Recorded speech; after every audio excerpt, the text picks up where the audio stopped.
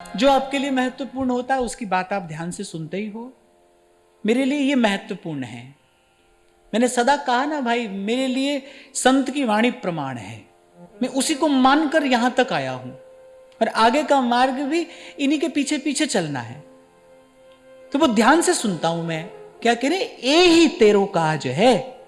भाई काम तो तेरा यही है। इसलिए मैंने कहा कि आए हो यहां, बाद में घूम फिर लेना, खा पी लेना, सब मौज लेना, पर पहले जो काम करने आए हो पहले वो काम कर लो। पहले घूमने फिरने में लगे तो फिर मन माया में फंद रहे हो और बिसरे हो गोविंद नाम। केवल ऐसा नहीं है कि अपना कार्य सिद्ध करना है, इतनी बात नहीं है। एक निश्चित अवधि में अपना कार्य सिद्ध करना है। समय की भी तो सीमा है।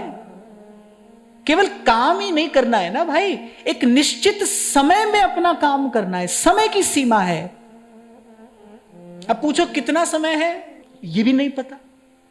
ये दुविधा में दुविधा है, ये मुसीबत में मुसीबत है। पहली बात तो सीमित समय है, अब कितना समय है ये भी किसी को नहीं पता है। इसीलिए संत कहते हैं भाई कल पर नहीं टालनी है ये बात। भजन आज ही कर लेना है, अभी कर लेना है, सबसे पहले कर लेना है। पहले ये काम कर लो। नित्य प्रति जब आप अपने व्यवहार में उतरो तो बस इतना ही तो करना है। ये जीवन का इतना ही आदर तो आपको करना है कि अपने कार्य क्षेत्र में, अपने व्यवहार में उतरने से पहले अपना भजन का कार्य कर लो। उसकी कृपा से क्या होगा, उसकी कृपा से व्यवहार में भी भजन भाव बना रहेगा। लेकिन आपने अपनी सूची में भजन को रखा ही है सबसे अंतिम नंबर पर। आपको लगता है रात को जब थके पिटे आएंगे तब 2-4 माला घुमा लेंगे, जब सब करके आ जाएंगे तब 2-4 माला कर लेंगे, रात को आकर लौट कर लेंगे, अरे तब कर लेंगे। इस बात का अभ्यास है ना हमारे मन को। जब भजन की बात आती है, हाँ कर लेंगे, कल कर लेंगे, फिर कर लेंगे, शाम सांझ को कर लेंगे। एक साधक के जीवन में कम से कम भजन भाव का इतना आदर तो हो ना कि वो अपने सब काम की सूची में वो भजन को सबसे पहले नंबर पर रख ले।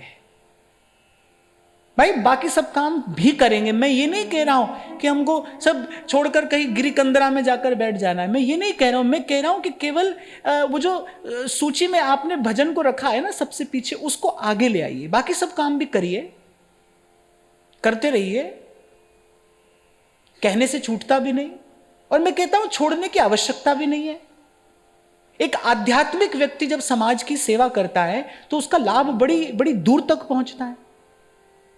आप सोचो, सेवा का कार्य समाज में, संसार में जिसने किया वो आध्यात्मिक व्यक्ति ही तो रहा होगा। स्वार्थी आदमी थोड़ी किसी की सेवा कर सकता है। स्वार्थी व्यक्ति तो सेवा कर ही नहीं सकता। स्वार्थी व्यक्ति तो केवल अपने स्वार्थ का पोषण कर सकता है। जिन जिन महापुरुषों ने ये महत महत कार्य किए, ये सब आध्यात्मिक ऊर्जा से, ओतप्रोत आध्यात्मिक ऊर्जा से पूरित महापुरुष ही तो थे।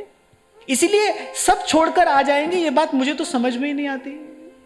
मुझे तो लगता है कि एक आध्यात्मिक व्यक्ति जब कोई कार्य करता है, एक प्रबुद्ध व्यक्ति जब कोई कार्य करता है, तब उस कार्य का परिणाम, उस कार्य का लाभ, उसकी मात्रा बहुत अधिक हो जाती है। उसका लाभ बहुत अधिक संख्या में लोगों को पहुंचता है। इसलिए सब करना है, पर पहले भजन कर लेना है भाई, क्योंकि ए ही तेरो काज है।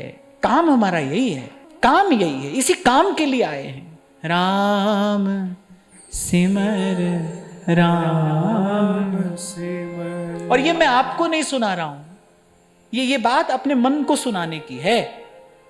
सोते जगते मन को सुनानी है ये बात। राम सिमर, राम सिमर, ए ही तेरो काज है। ये भी नहीं, ये ही तेरो काज है, ए ही तेरो काज है। और अगर किसी के मन में ये प्रश्न इस समय उठता हो कि भाई फिर काम कौन करेगा, आप एक बार भजन भाव के प्रति समर्पित होकर देखो। आपके काम की गति, आपके काम की दशा, आपके काम का परिणाम सब बदल जाएगा। उसकी गति तीव्रतर से तीव्रतम हो जाएगी, उसकी दिशा पवित्र हो जाएगी, सकारात्मक हो जाएगी, उसका परिणाम असीमित हो जाएगा। एक बार पहले आप भजन भाव के प्रति समर्पित होइए। जब कोई भजन करता है ना भाई, प्रकृति का कण कण उसके सहयोग के लिए उपस्थित हो जाता है, उपस्थित।